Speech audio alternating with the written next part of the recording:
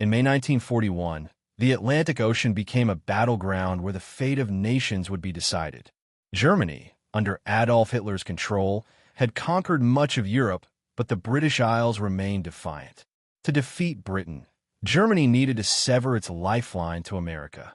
The merchant convoys that brought vital supplies, food, weapons, and raw materials across thousands of miles of treacherous sea.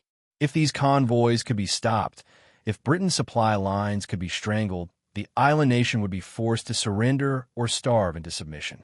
During both World Wars, Britain's greatest vulnerability lay in its dependence on overseas trade.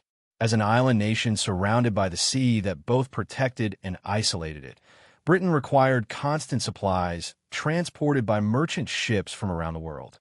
The German Navy, led by Grand Admiral Erich Raeder, understood this fundamental weakness perfectly. They believed that with the right deployment of powerful surface raiders, battleships, and heavy cruisers, they could achieve what submarine warfare alone could not: the complete interruption of British commerce. This strategic reality set the stage for Operation Regenbogen, a German naval operation that would prove to be one of the most dramatic episodes of World War II at sea.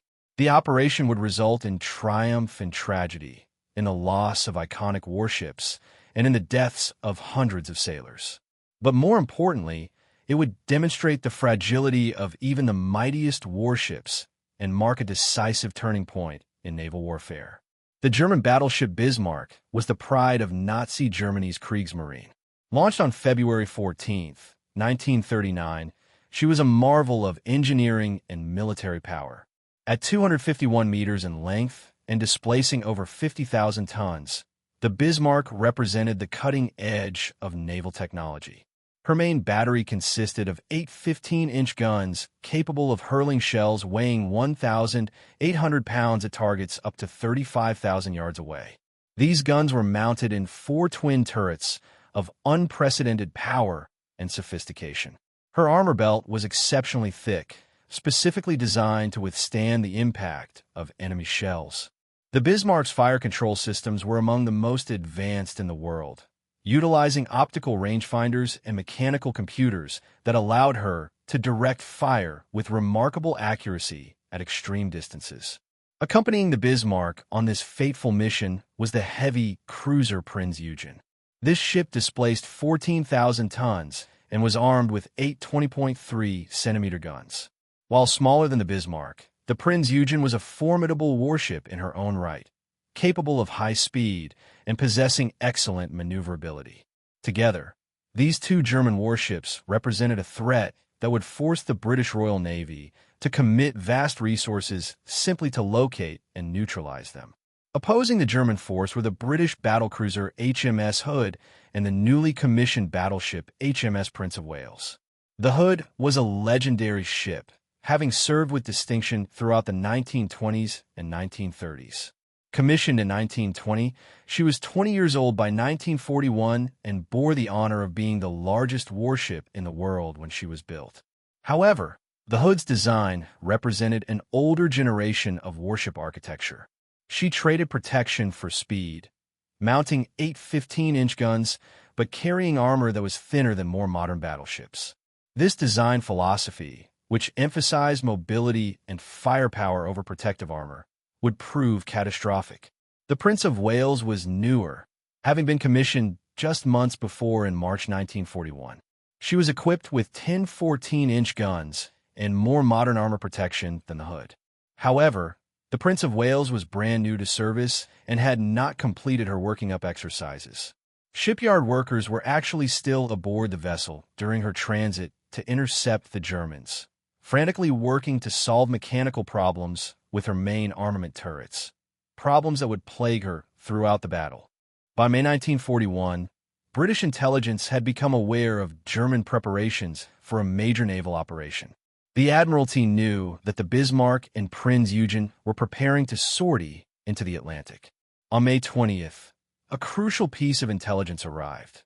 The Swedish cruiser Gotland, sailing as a neutral but friendly observer, reported sighting the German warships passing through Swedish territorial waters near the Kattegat, heading northward. Later that same day, RAF reconnaissance aircraft confirmed the sighting, photographing the Bismarck in Grimstad Fjord and the Prinz Eugen in Calvanes Bay, both locations in occupied Norway near Bergen. This intelligence sparked urgent action within the British Admiralty. Admiral Sir John Tovey, commanding the British Home Fleet, immediately began positioning his ships to intercept the German force. Two heavy cruisers, HMS Norfolk and HMS Suffolk, were ordered to patrol the Denmark Strait between Greenland and Iceland, the likely route the German ships would take to break out into the Atlantic. These cruisers, under the command of Rear Admiral Wakewalker, carried modern radar equipment that would prove invaluable in tracking the enemy. A more powerful force, consisting of the Hood, the Prince of Wales, and a screen of 6 destroyers was assembled under the command of Vice Admiral Lancelot Holland. This force was positioned south of Iceland, poised to move northward to engage the German warships once they were detected. The British were confident. The Hood was a famous ship with a proud history. The Prince of Wales, though new, carried heavier firepower than the Bismarck. Combined, these two ships should be more than adequate to deal with the German threat, or so the British believed. On May 18, 1941, under the command of Fleet Admiral Gunther Lütjens, the Bismarck and Prinz Eugen departed from Gotenhafen, modern-day Gdynia, Poland, on the Baltic coast. The operation was codenamed Rheinübung, Rhine Exercise. The intention was for these two powerful warships to break out into the North Atlantic, where they would attack Allied convoys bringing supplies from North America to Britain. The Germans hoped to sail undetected through Scandinavian waters, then proceed north into the Arctic, where they would refuel from the supply ship Weissenberg stationed near Jan Mayen Island. From there, with full fuel tanks, they would attempt to enter the Atlantic through the Denmark Strait. Admiral Lütjens was an experienced officer who had already commanded the successful Operation Berlin, in which the battleships Scharnhorst and Gneisenau had scored significant successes against Allied shipping. The fact that those two ships had been detected while trying to return through the Iceland-Faroes Passage made Lütjens determined to use the Denmark Strait route instead, despite the risks posed by the narrow channel and heavy ice. The poor weather in the strait, he reasoned, might provide cover for the German ship's passage. The voyage through Scandinavian waters proceeded without incident through May 19th and 20th. The German ships made port briefly at Bergen on May 21st, where the Prinz Eugen refueled. Mysteriously, the Bismarck did not take on fuel at this opportunity, a decision that would later prove fatal to the operation. Both ships had their distinctive camouflage and national markings painted out or covered, making them harder to identify. On the morning of May 22nd, the German force departed Bergen and headed northwestward toward the Denmark Strait. The stage was now set for one of naval history's most dramatic confrontations. Two German warships, representing the cutting edge of Nazi naval power, were steaming toward a narrow channel through which they must pass to reach the Atlantic. 3 British heavy warships and a screen of destroyers were moving to intercept them. Neither side knew exactly when they would meet, but all knew that a major naval battle was coming. Neither side could have predicted the dramatic sequence of events that would unfold in the early morning hours of May 24th, 1941. For the officers and men of the Bismarck, Operation Rheinübung represented their opportunity to strike a decisive blow against Britain. The ship had been completed in August 1940 and had conducted extensive trials and training throughout late 1940 and early 1941. She was the most powerful capital ship in the German Navy, representing years of engineering effort and the investment of Germany's considerable naval resources. Her captain was Captain Zur C. Ernst Lindemann, an experienced officer who had served with distinction in the Kriegsmarine. Flying his flag aboard the Bismarck was Admiral Gunther Lütjens, the fleet commander who would be responsible for the overall conduct of the operation. The crew of the Bismarck knew they were embarking on a dangerous mission, but they were confident in their ship. The Bismarck had been designed specifically to outfight any single British battleship. Her armor could withstand the impact of large-caliber shells. Her guns could deliver devastating firepower at ranges that would allow her to engage the enemy while remaining relatively safer from return fire. Her fire control systems and sophisticated range-finding equipment gave her advantages in long-range gunnery.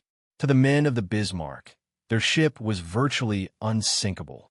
In addition to the regular crew of over 2,000 men, the Bismarck embarked numerous supernumeraries for this special operation. These included merchant seamen who would serve as prize crews for ships captured during the commerce raiding mission.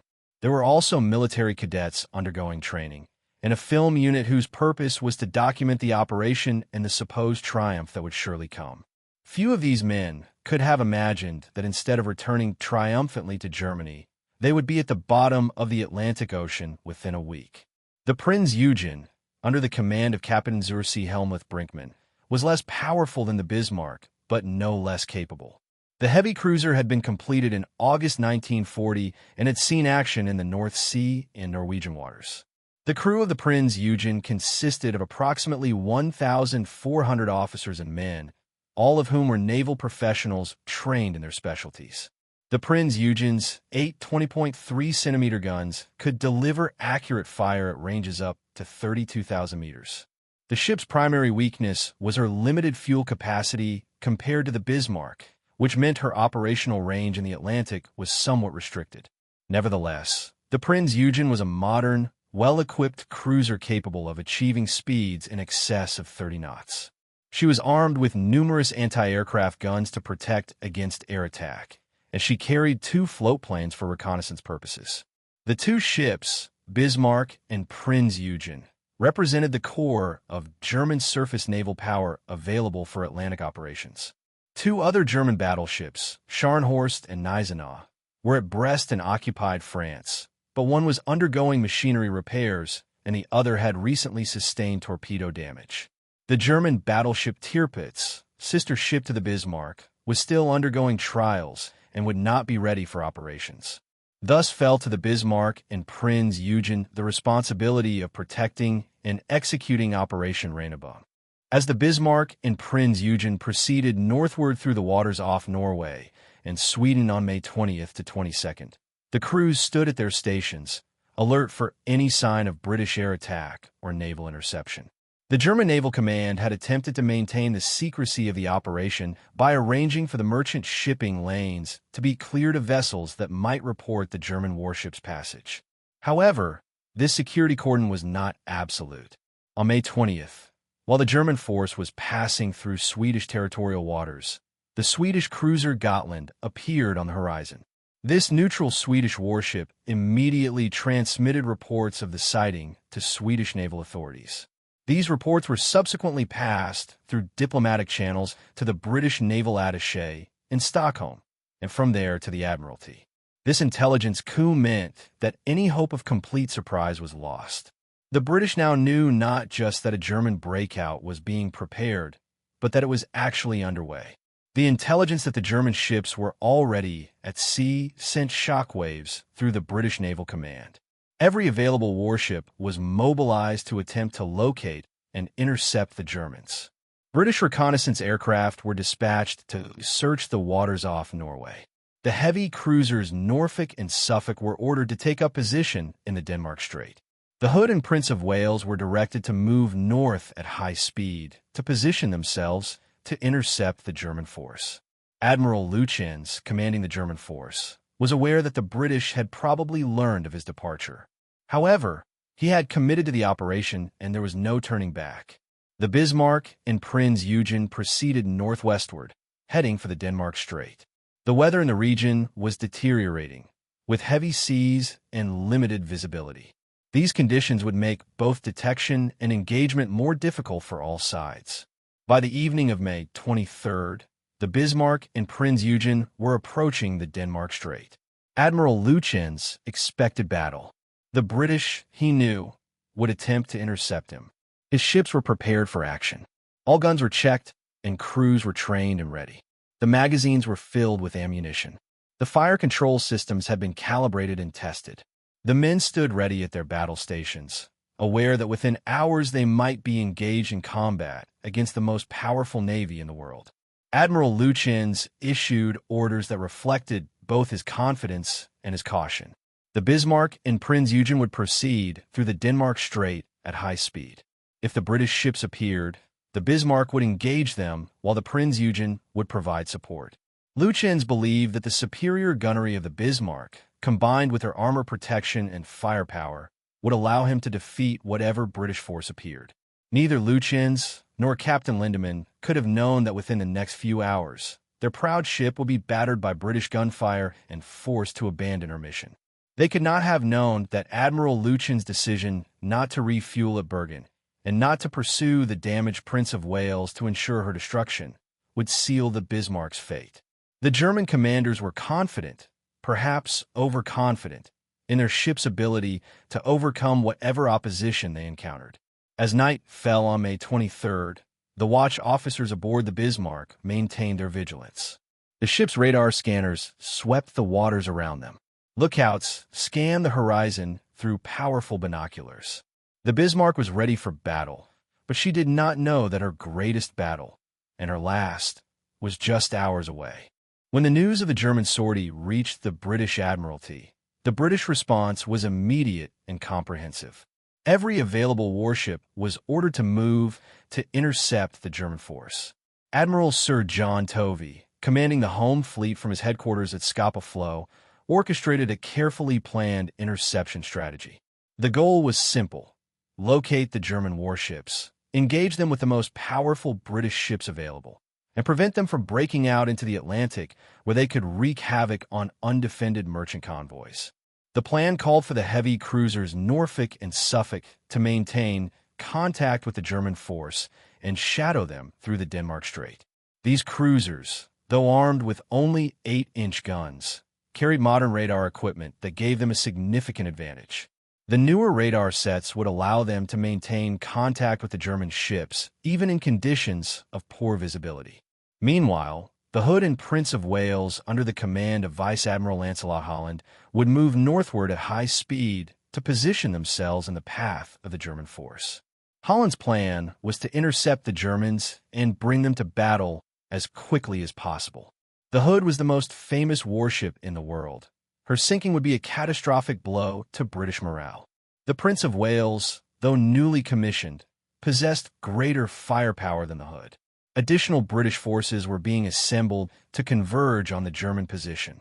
The battleship King George V, Tovey's flagship, was being prepared to sail from Scapa Flow. The aircraft carrier HMS Victorious was being mobilized to provide air support. The battlecruiser HMS Repulse was being called upon to join the hunt.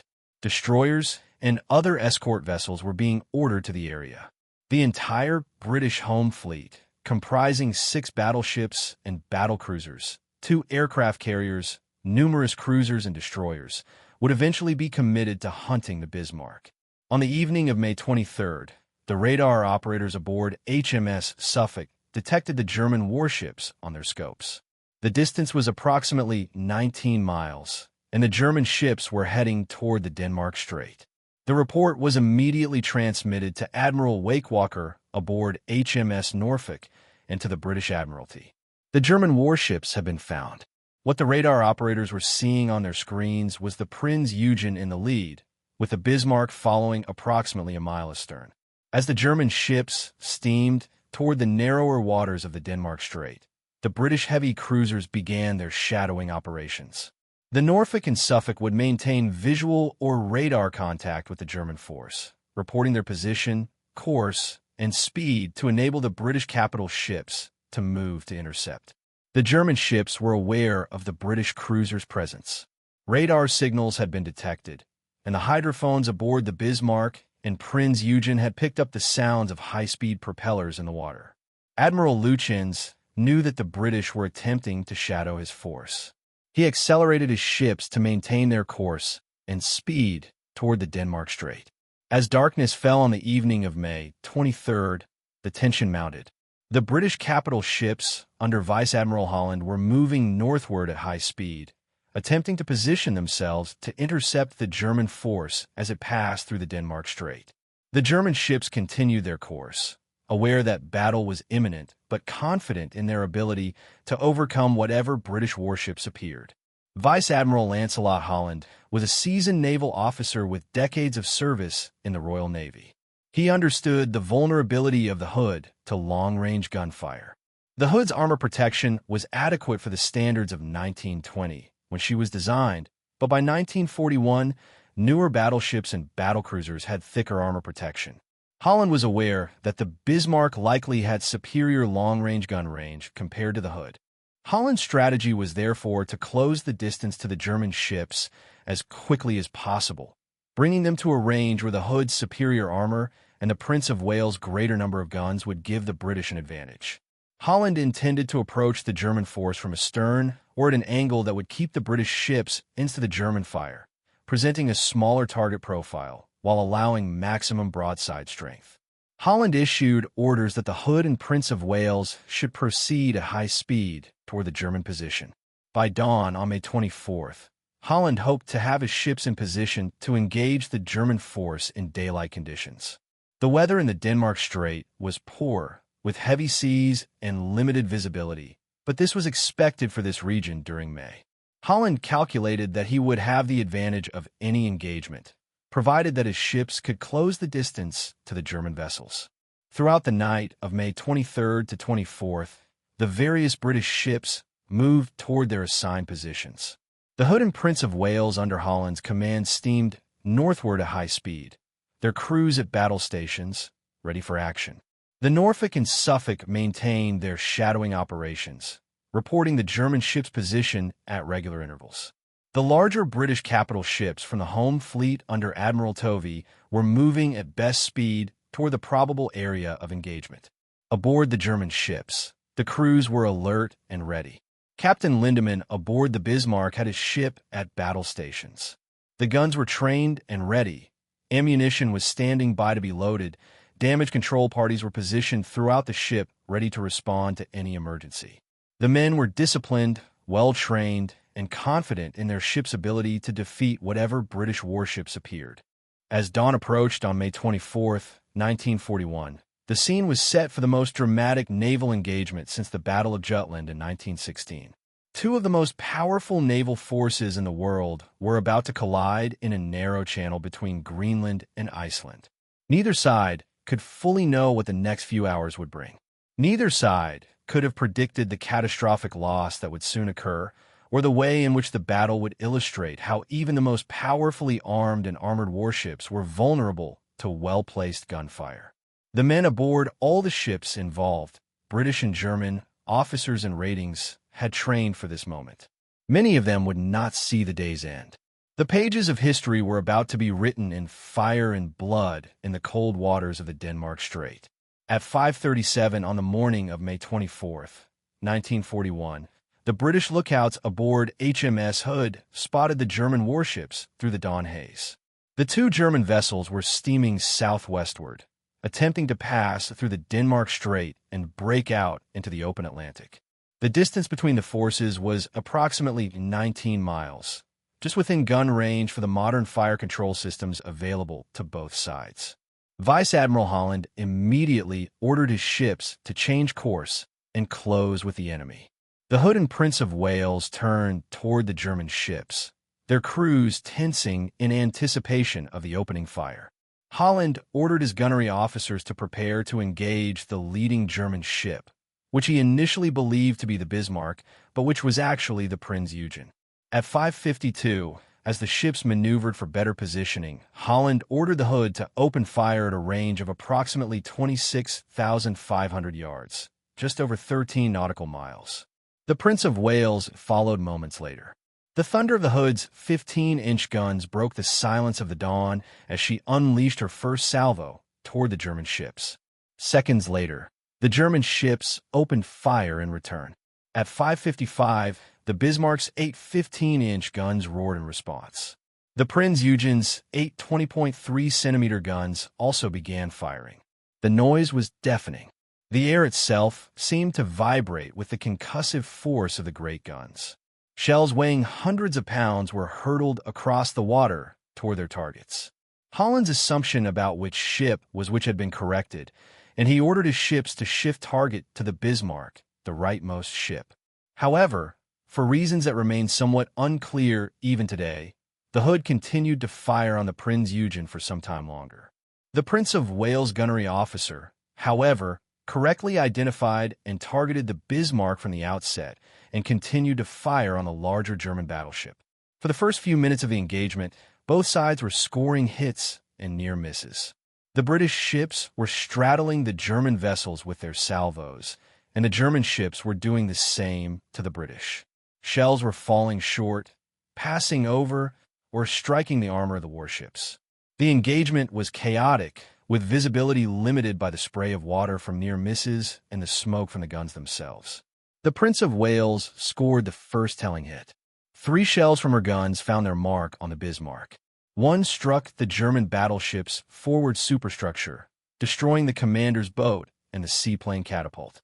The second and third shells both penetrated the hull.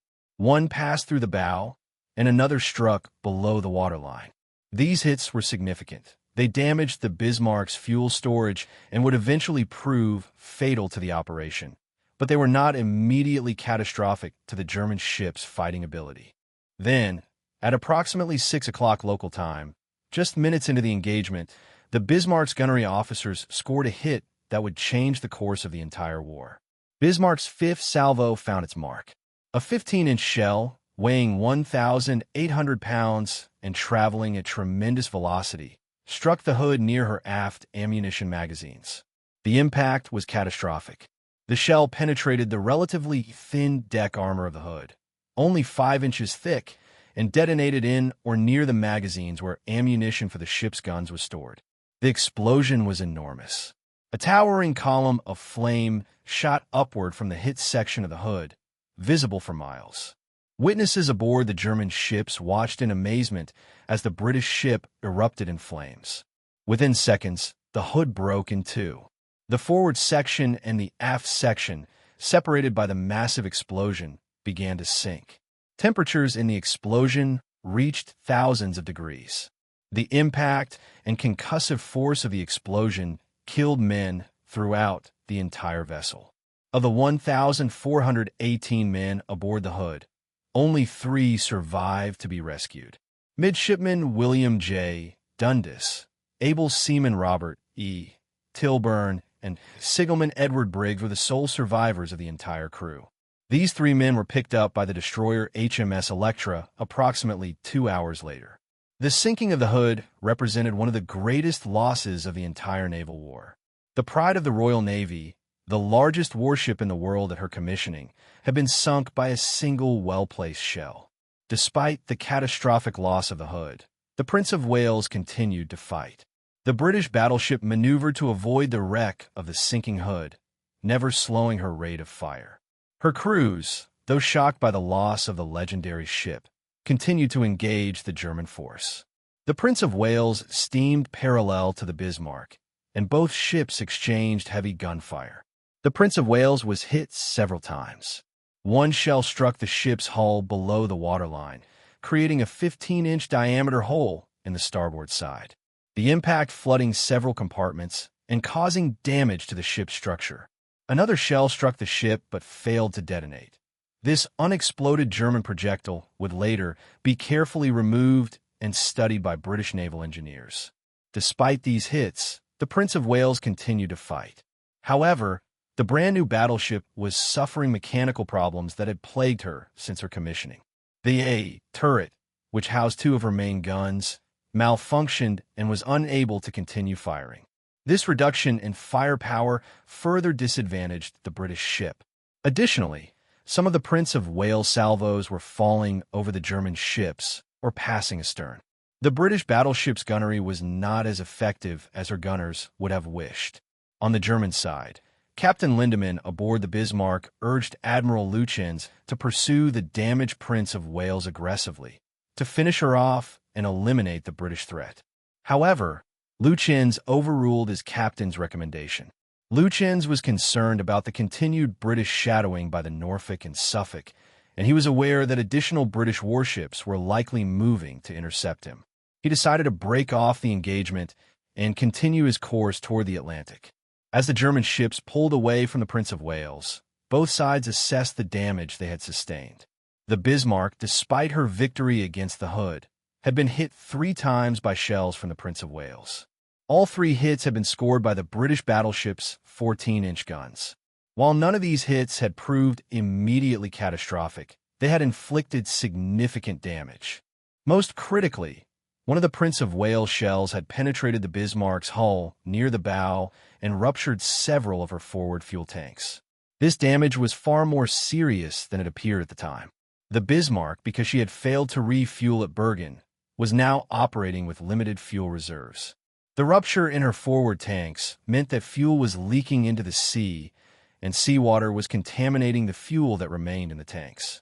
This contamination would reduce the fuel available to the Bismarck's engines and would force her to operate at reduced speed or reduced range. Moreover, the damage to the fuel tanks meant that the Bismarck could no longer count on remaining at sea for an extended commerce raiding mission in the Atlantic. The damaged fuel situation forced Admiral Lutyens to make a crucial decision. He would attempt to reach the French port of Saint-Nazaire or Brest, where the Bismarck could be repaired and refueled. This decision to break off the attack and head for France meant that the German breakout into the Atlantic had failed in its primary objective. The Bismarck would not be conducting extended commerce raiding operations against British shipping. The Prince of Wales, despite her damage, reported her engagement with the Bismarck to Admiral Tovey and to the British Admiralty. The report was clear. The Hood had been lost with almost all hands, but the Bismarck had been damaged. The British were incensed by the loss of the Hood. The venerable battlecruiser had been the symbol of British naval power and prestige. Her loss was shocking and precipitated an almost immediate British response. Admiral Tovey issued orders that every available warship was to be brought to bear on the Bismarck. The goal was simple and was expressed in 3 words: sink the Bismarck. British pride had been wounded, and the entire resources of the home fleet would now be dedicated to hunting down and destroying the German battleship. What had begun as an attempt to prevent a German breakout had now become a mission of vengeance. The damage to the Bismarck's fuel tanks had an additional consequence that neither the German captain nor Admiral Lutyens could have predicted. As the Bismarck steamed southwestward at high speed, attempting to escape toward France, she left a telltale wake, an oil slick made visible by the fuel leaking from the ruptured tanks. This oil slick made it virtually impossible for the British ships following the Bismarck to lose contact with her. The heavy cruisers Norfolk and Suffolk, which had been shadowing the German force, continued to maintain visual or radar contact. The Prince of Wales, despite her damage, continued to follow the German battleship. These British ships transmitted regular position reports to Admiral Tovey and to the British Admiralty, enabling the larger British capital ships to calculate an interception course. What Admiral Lutyens and Captain Lindemann had hoped would be an escape into the vast waters of the Atlantic now became a hunted retreat toward French territory. The Bismarck was no longer the aggressor. She had become the hunted, and the British Navy, with all its resources, was in full pursuit with but one objective: to destroy the ship that had sunk the Hood. What followed the Battle of the Denmark Strait was one of the most intense and dramatic naval pursuits in history. From May 24th through May 27th, the Bismarck was hunted across the Atlantic by virtually the entire British home fleet. The pursuit was relentless. British cruisers, battleships, and aircraft all moved to intercept the wounded German battleship. Admiral Tovey committed an astonishing array of forces to this hunt. By the end of the pursuit, the British had committed 6 battleships and battlecruisers, 2 aircraft carriers, 13 cruisers, and over 20 destroyers to the task of hunting down and sinking the Bismarck. No single warship had ever commanded such overwhelming attention from an opponent's fleet. The loss of the Hood had transformed an operation to prevent a German breakout into a vendetta to destroy the offending German battleship. On May 25th, swordfish torpedo bombers from the aircraft carrier HMS Victorious attacked the Bismarck. The Swordfish was an obsolete biplane that seemed out of place in modern naval warfare. The aircraft had been superseded by more modern fighters and bombers. Yet despite their antiquated appearance and modest speed, the Swordfish aircraft carried an effective torpedo. In the attack by HMS Victorious, one torpedo found its mark, striking the Bismarck on the starboard side. However, The damage from this hit was relatively minor, and the Bismarck continued her course toward France. On May 26th, a Catalina flying boat, a long-range reconnaissance aircraft, spotted the Bismarck approximately 700 miles from the French port of Brest.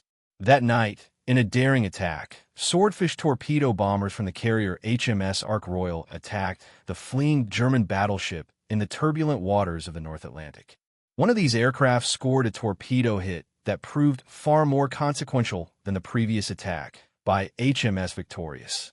This torpedo struck the Bismarck's stern, jamming her rudders and severely restricting her ability to steer.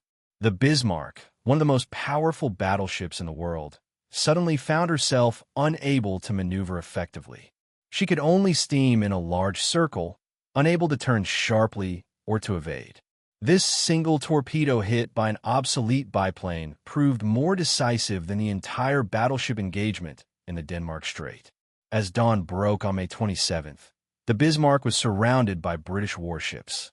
The battleships King George V and Rodney, both modernized pre-dreadnought and battlecruiser designs respectively, closed in for the kill. The weather was poor, with heavy seas and limited visibility, but the British were determined.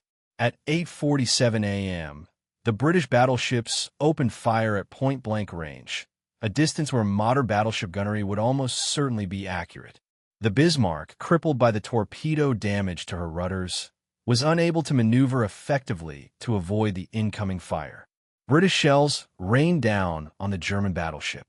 The Bismarck's gunners attempted to return fire, but their accuracy suffered because of the ship's inability to maneuver.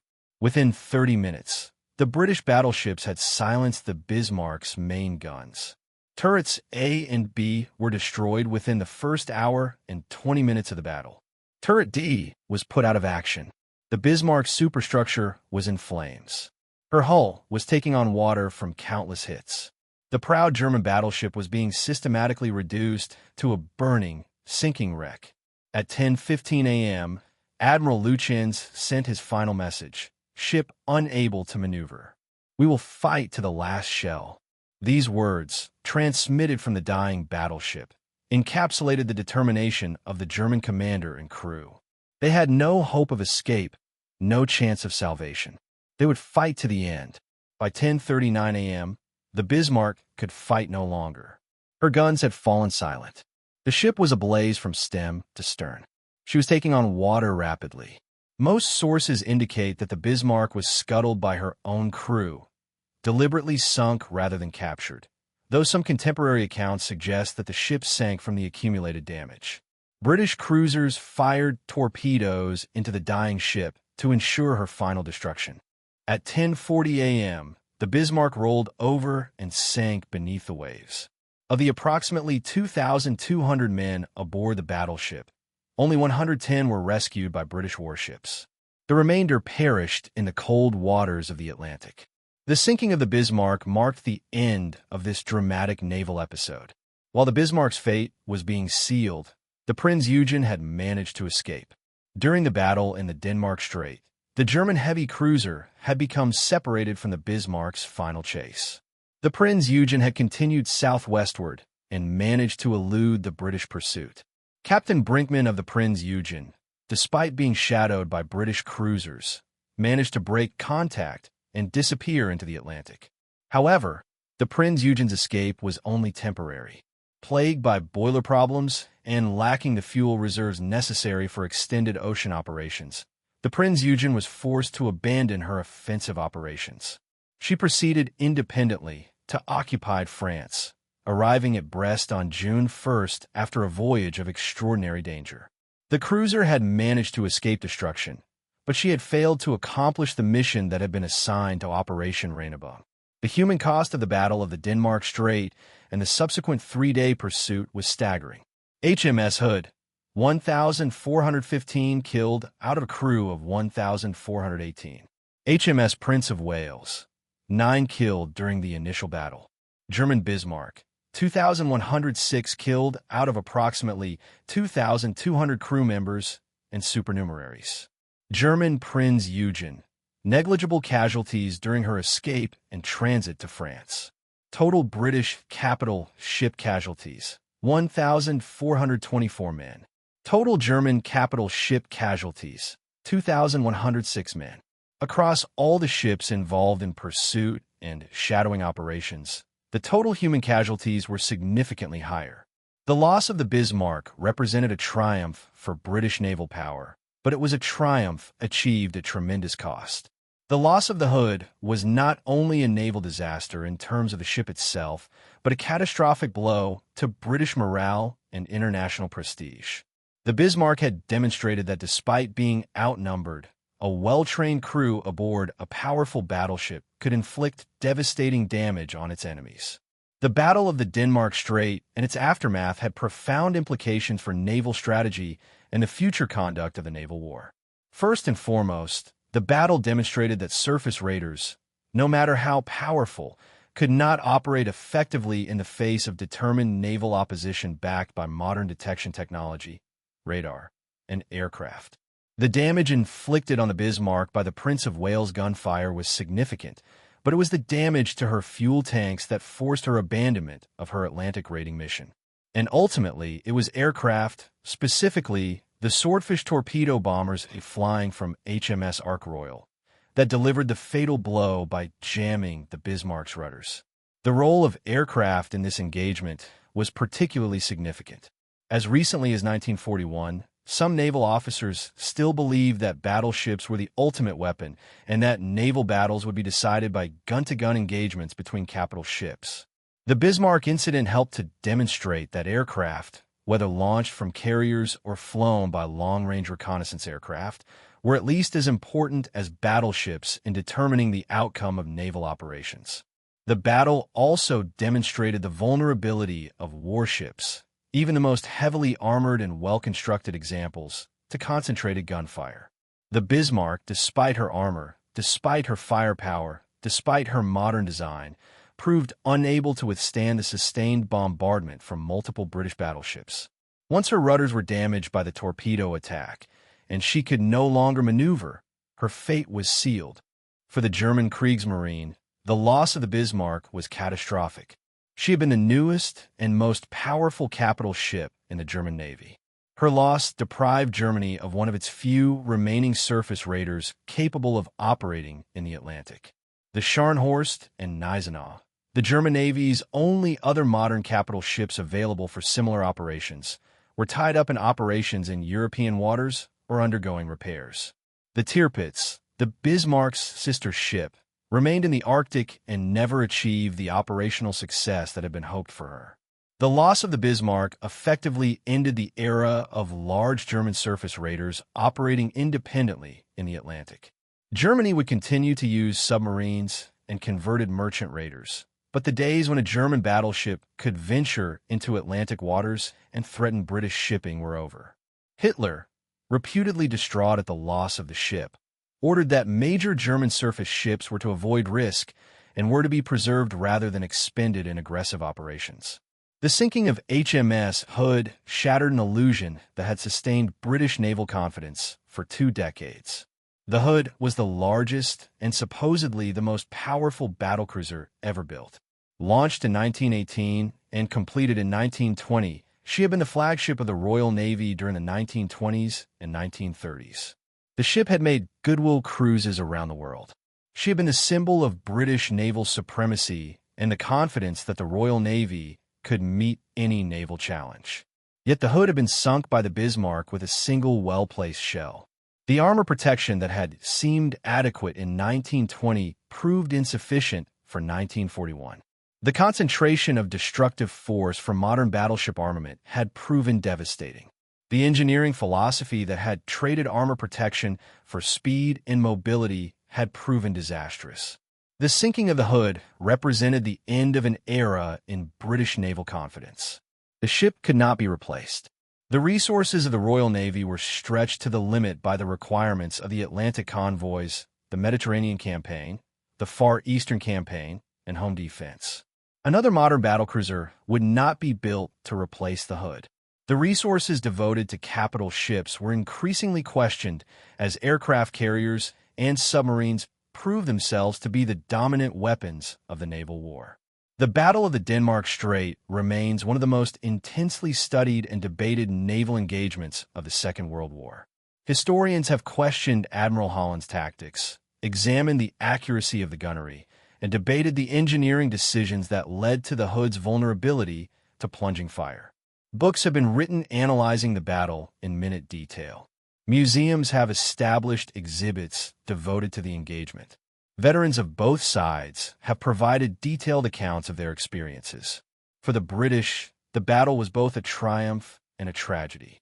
The triumph was the eventual sinking of the Bismarck and the preservation of the Atlantic Sea lanes. The tragedy was the loss of the Hood and the 1,415 men aboard her. The three survivors, Dundas, Tilburn, and Briggs, became famous as the sole witnesses to the destruction of the legendary ship. For the Germans, the loss of the Bismarck was a turning point. The operation had failed. No extended raiding of Allied shipping would occur. The Bismarck's sister ship, the Tirpitz, would never achieve the success hoped for. The German Kriegsmarine would never again attempt a similar operation with capital ships. The naval war would increasingly be decided by aircraft and submarines rather than by battleship encounters. Nearly 85 years after the Battle of the Denmark Strait, the engagement remains relevant to discussions of modern naval strategy. The interplay between detection technology, radar, capital ship gunnery, and aircraft all played roles in the outcome. The vulnerability of even the most powerful warships to well-placed hits demonstrated that naval dominance could not be assumed even by the side with apparent superiority. The battle illustrated the importance of effective damage control. The Bismarck suffered significant damage from both gunfire and torpedo hits, yet remained afloat through the determination of her crew and the extensive damage control systems aboard the ship. Only when multiple weapons systems and a concentration of firepower overwhelmed her defenses did she finally sink. The engagement also demonstrated the critical importance of logistics and fuel management. The Bismarck's decision not to refuel at Bergen and the damage to her fuel tanks transformed a potential threat into a hunted fugitive. Control of fuel supply and maintenance of ships' ability to operate at sea proved as important as firepower and armor in determining the outcome. The Battle of the Denmark Strait represents a unique moment in naval history. It was the moment when the old era of battleship-dominated naval combat gave way to the new era of aircraft-dominated naval warfare. It was a battle between two ships, the Hood and the Bismarck, that has echoed through history and remained the consciousness of naval officers, historians, and the general public for nearly a century. It was a battle in which the fog of war, imperfect information, and the fortunes of combat determined the outcome. The officers and men aboard all the ships involved, British and German, fought with skill, determination, and courage. They engaged in combat at long distances with weapons of tremendous destructive power. They faced the knowledge that in an instant, a single hit could end their lives. They served aboard ships that represent the height of engineering achievement and military technology of their time. Today, as naval strategists contemplate the future of naval warfare and the role of capital ships in modern conflict, the Battle of the Denmark Strait remains a case study in how power projection at sea can be challenged and overcome by superior tactics, determination, and the application of available technology to maximum effect. The battle remains relevant, studied, and remembered as one of the defining moments of World War II at sea.